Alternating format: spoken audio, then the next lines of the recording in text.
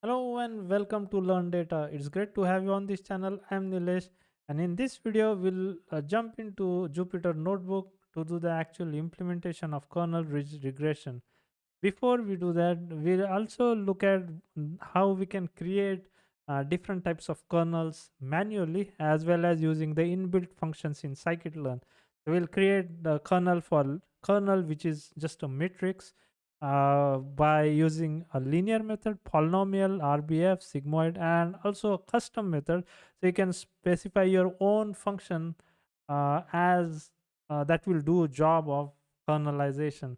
And finally, we'll look at the effect of kernelization. Take a data set, run a classifier on it, and see what accuracy we get. We'll kernelize it and then run a classifier on it and see if the accuracy changes. So here in Jupyter Notebook, I've imported these libraries: NumPy, Matplotlib, KernelRidge. So that's important, and uh, and then we have these other. We might also need ridge classifier or ridge regression. We'll look at that in a moment. And then these are the versions that I'm using. So the first item that we'll look at will simply add a dimension to the existing data set that we saw earlier in the previous video. So let's go ahead and create that data set. X is equal to np.array, and here these are, I think these are 8 data points. So let's go ahead and create those. So the first one is 0 1, and we have 1 0, sorry, 1 comma 0. Then we have 2 comma 4, 4, then 4 comma 2, and after that we have 0 comma minus 1, then minus 1 comma 0, then minus 2 minus 4, so this minus 4, and finally minus 4 and minus 2. So that's for x. So that's how the x looks like. And then we have y. So y is equal to np dot array, and here we'll just add classes. So 1 1. So this is the same plot that we are working on, which is the purple and yellow data points on a scatter plot that we saw in the previous video, the x and y. And then for calculating the add new dimension z, what we'll do is we'll create a matrix. So let's say map underscore feature, uh, and what this will do is this will take the value for x, and we are going to change it. So we'll have x x2, and then simply we are going to take a square of x and then add it to the square of x2 square.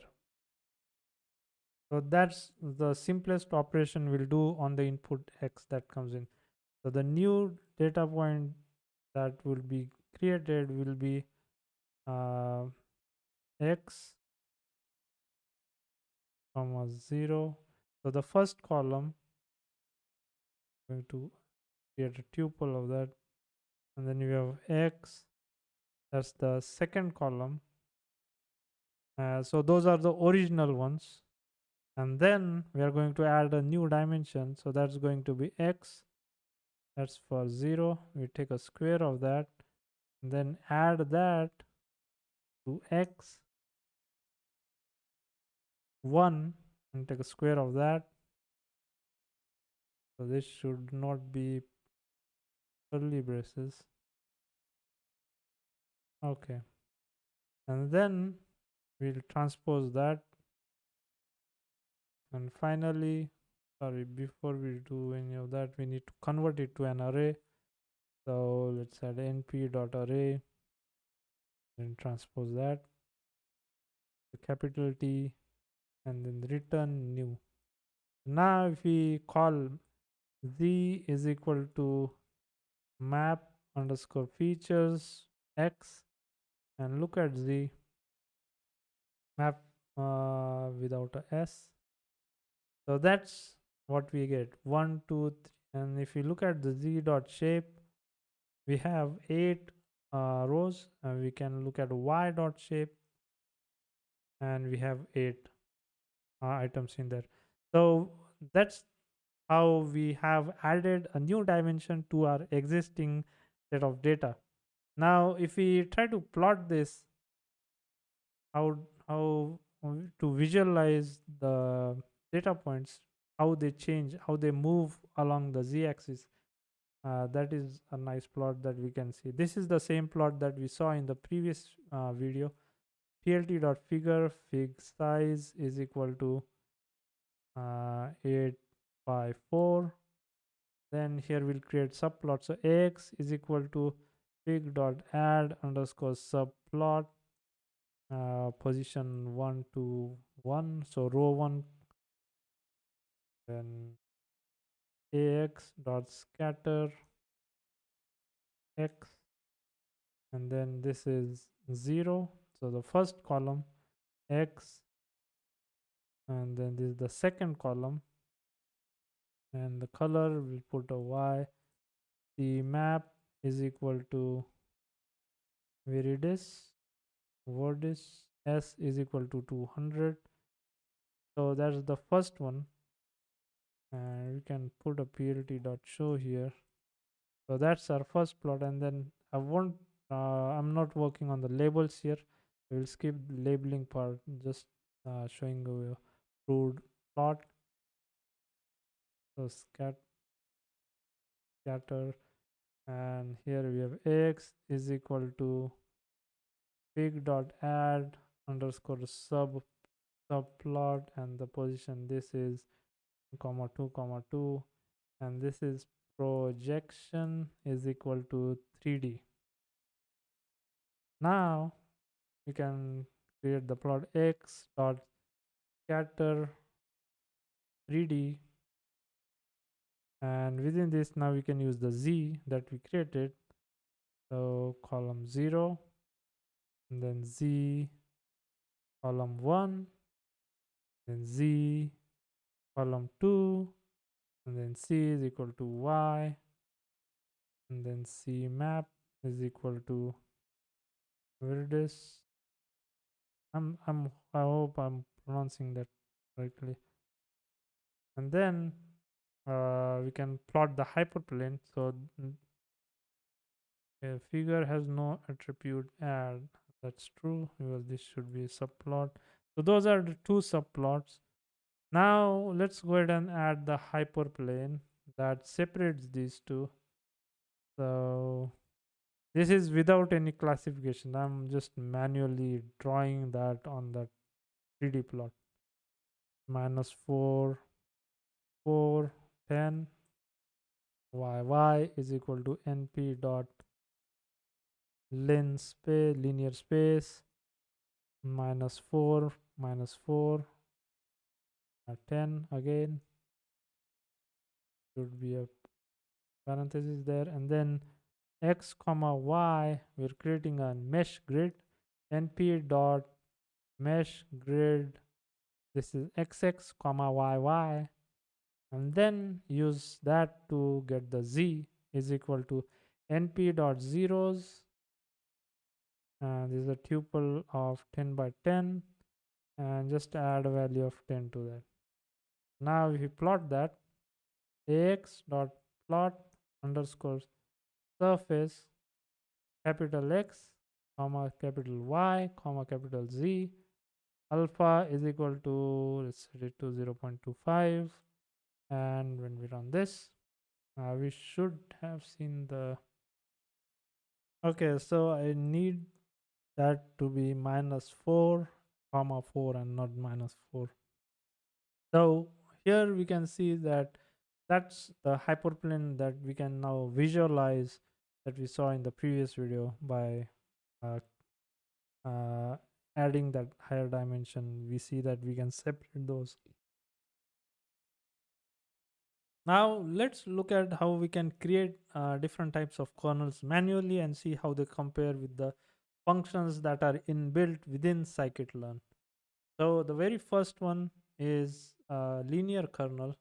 So before we do that, just one small thing.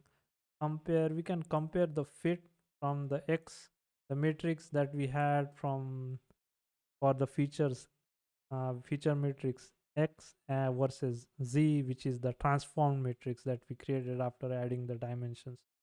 So for sklearn, import linear underscore model, and I think we already have imported matrix. Okay, so let's import that, and CLF is equal to linear underscore model dot we'll use the ridge classifier or default fire, and then CLF dot fit x comma y, and then y underscore pred is equal to CLF dot predict. So we'll predict again on the same x train set.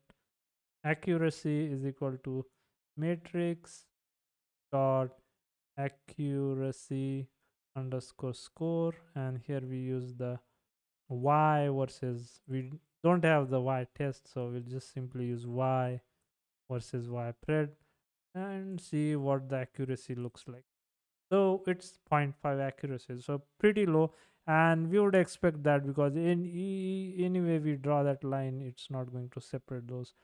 However, now if we change this a little bit, if we use, instead of x, if we use the z, and then z, and then uh, predict based on the z itself, and then check for accuracy, we get 1. And so that tells us that the after kernelizing, when we do the classification in that space with the additional dimension, it's easy to separate the data points, classify the classify the purple dots separate from the all yellow dots. Now let's go into looking at the kernel. So we'll first look at the linear kernel and see how we can create it manually. So the matrix that we have for x is the same. We'll continue to use that throughout. And here the sklearn has a built-in method. So that is matrix dot pairwise dot linear underscore kernel, and here we specify x, so that gives us the transformed kernel. So that's the kernel, so that's the kernel matrix. And to look at the shape of that, we said that it would be symmetric, and it is symmetric. So in addition to this, we need to create the kernel from the way that we thought we would make them, by a manual method. And so that would be x dot np dot x comma x dot t, and as you can see, both the outputs are same. So that's an example of linear kernel. Now moving on, let's look at uh, polynomial kernel. So polynomial kernel, and for this again we'll use the same data set. Here we need some additional info, so we'll add that coefficient d, coefficient 0 and gamma. These are the tuning parameters that we can add. So that 2, so because we just have 2 features, then coefficient that 1, and for gamma it calculates it by using this formula, 1 by x dot shape 1, so number of features. And from this we can calculate k. So k,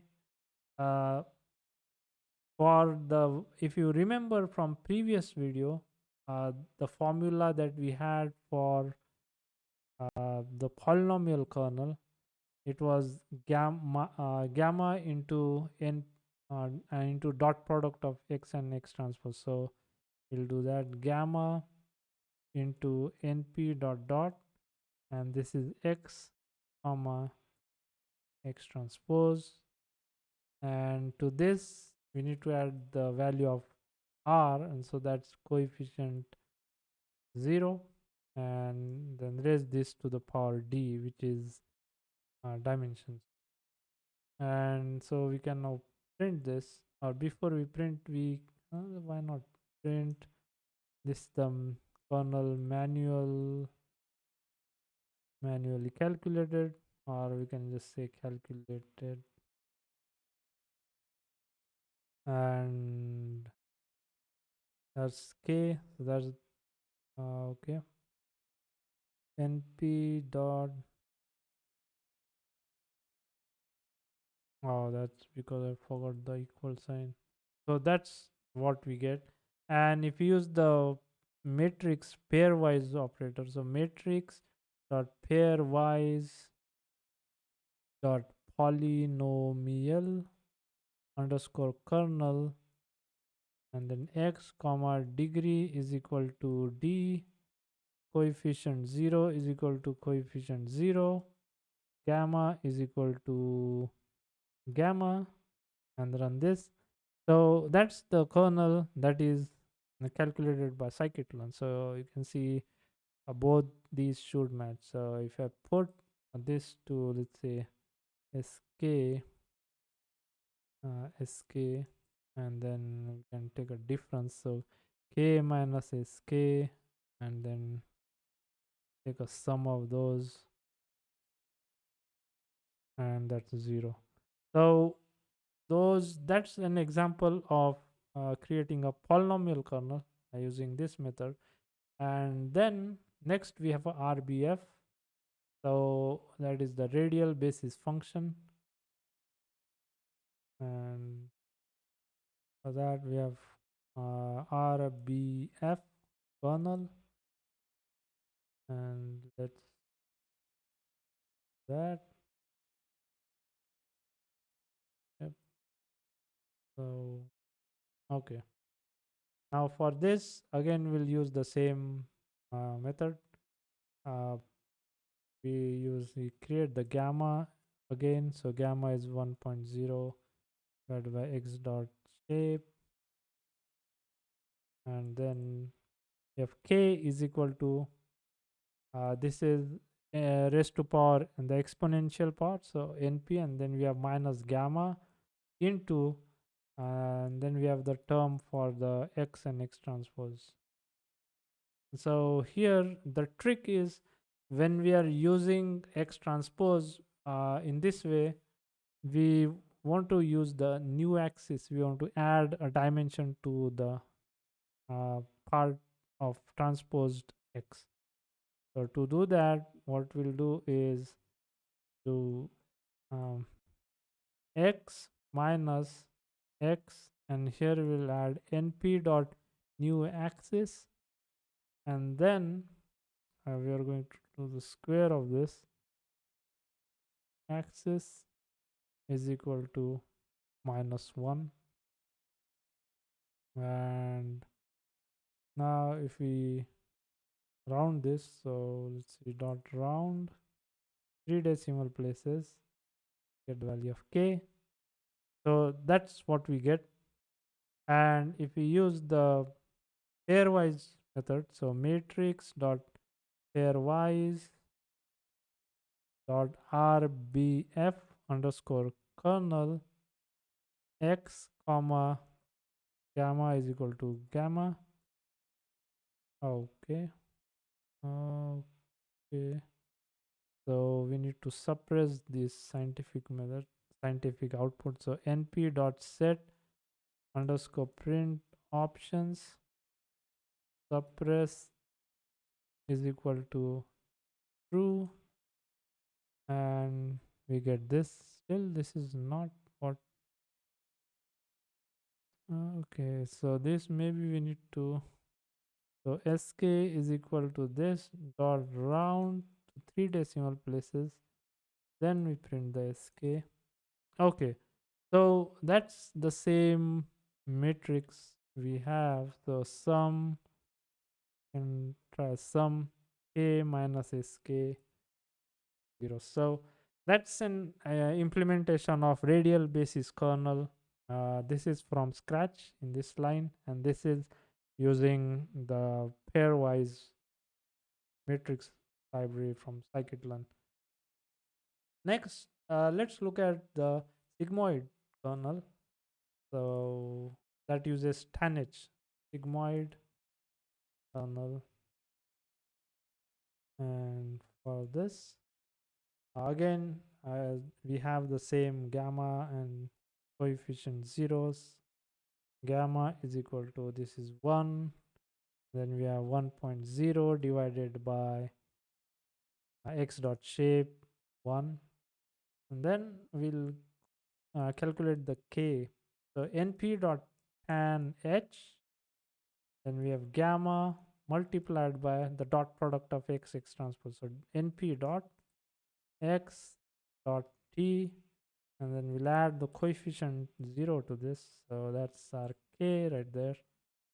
And again, to make this readable, we'll limit this to 3 decimal places. So that's the matrix we have, kernel matrix.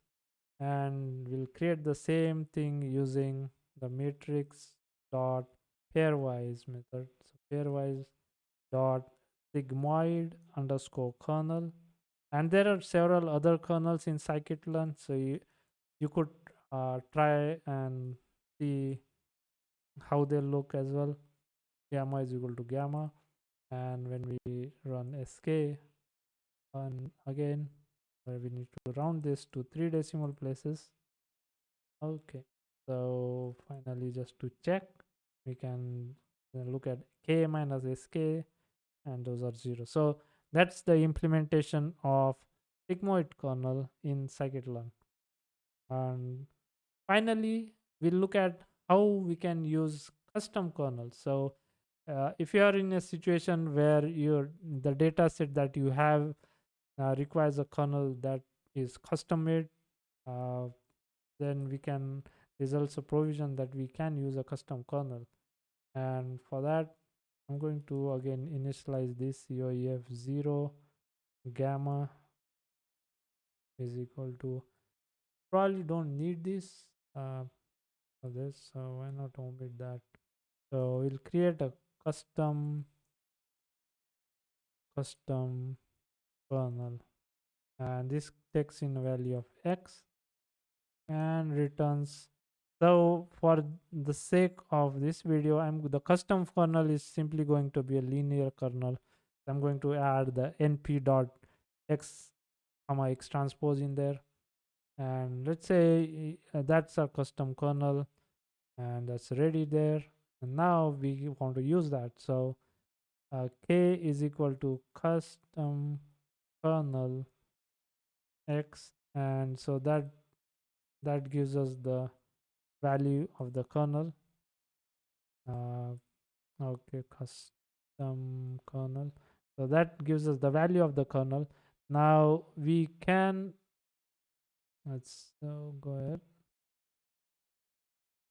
Okay, so we can use the matrix method. So sk is equal to matrix dot pairwise dot linear underscore kernel x, and look at this. So that's what we get. So what here we have the linear kernel, and it, of course, it's going to match. The reason why I was trying to show this particular method is because in kernel ridge regression, there is an option where instead of using the original feature matrix or design matrix X, we can use this pre-computed kernel matrix or transformed matrix as the input instead of that X to the function. And we'll look at that example in a moment. So this is kind of obvious that it's going to match, so because it's the same dot product, but we created a separate function for that. Now let's see how we can fit ridge classifier and see what effect we get uh, when we fit it to the original data x and the transform data. So for this, we'll use k is equal to let's say CLF is equal to linear underscore model dot ridge classifier, and then we can fit this CLF dot fit. So we'll fit it on x and y. So if you remember, the x that we have looks like this, and then your y is just 1 and 0. So that's what we have there. Now if we calculate the predicted value, y underscore pred is equal to CLF dot predict, and we'll predict on x itself, and then we'll get the accuracy. So accuracy is equal to matrix dot accuracy underscore score, and we'll test it on the y because we don't have a prediction data set, and you'll see that the prediction value is very low. It's just 0.5. Now what happens if we use the transformed matrix here? So let's use a transform matrix K, which would be this last linear model matrix, and if we put that in there and now look at the values, so here we still get 0.5 ridge regressor classifier, and we have 0.5. So why don't we try RBF kernel then? K is equal to matrix dot pairwise dot RBF underscore kernel and x.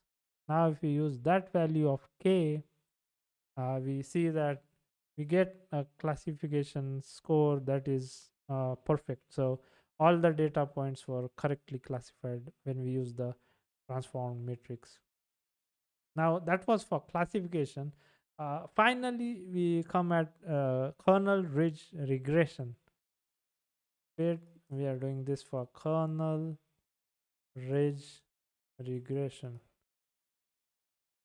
Okay, so for this, we'll use the Boston training data set. So data is equal to data sets dot load underscore Boston, and again we'll split this x train, x test, y train, y test is equal to train underscore test underscore split, and here we have data dot data, data dot target, and okay, so that's our training set and test set. Now for regression, we'll initialize a variable reg is equal to kernel with a capital K ridge, and that's that. Here we can use that for fit x, fit on x underscore train, y underscore train, and once that is done, we can now use that to predict. So y underscore pred is equal to reg dot predict, and we'll use the x underscore test for this, and then calculate the MAC or mean squared error matrix dot mean underscore squared underscore error, and we use the y underscore test, y underscore pred for that MAC. We get a value of 28.439. So that's how we can implement kernel ridge regression.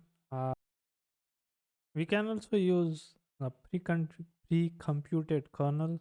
So let's look at the example of that. So kernel is equal to pre-computed, and we can pass this particular argument in when we perform the fit. So for that, what we can do is we already have the x train, y train. So for the kernelization part, we can create those matrices. So k underscore, and before that, let me copy this, because what we need to do is split this into 50-50. Train underscore size is equal to 0.5, and the reason for that is the kernel matrix would be symmetric, and so for x, the train and test matrices would have to match in this case. So copy that. So copy this, paste it here, and so now if we get the print x underscore train dot shape y x underscore test dot shape, we get that they are of the same number of rows, 253. Now if we do the kernelization on this, so matrix, let's say k underscore train is equal to matrix dot rbf underscore kernel, and here we pass x underscore train, and this similarly if we kernelize the x k test, and like so when we run this rbf underscore pairwise, sorry I forgot that, matrix dot pairwise dot pairwise dot rbf kernel. So we get the, now if we look at the print this is k underscore train, and then k underscore test dot shape. So we see that they are now square matrices with 253 rows each. And now when we are ready for the fit, here we can specify kernel is equal to precomputed, and so that's a very powerful powerful technique that we can use, that's inbuilt in scikit-learn to train. So here let's see what the error is. Precomputed requires inquiries and save. We got, okay, that's because here we need to change this to k underscore train. So that's the uses precomputed, and now we can use a test precomputed, and so we get MSE. So the MSE is quite high as compared to 28. We now have 228.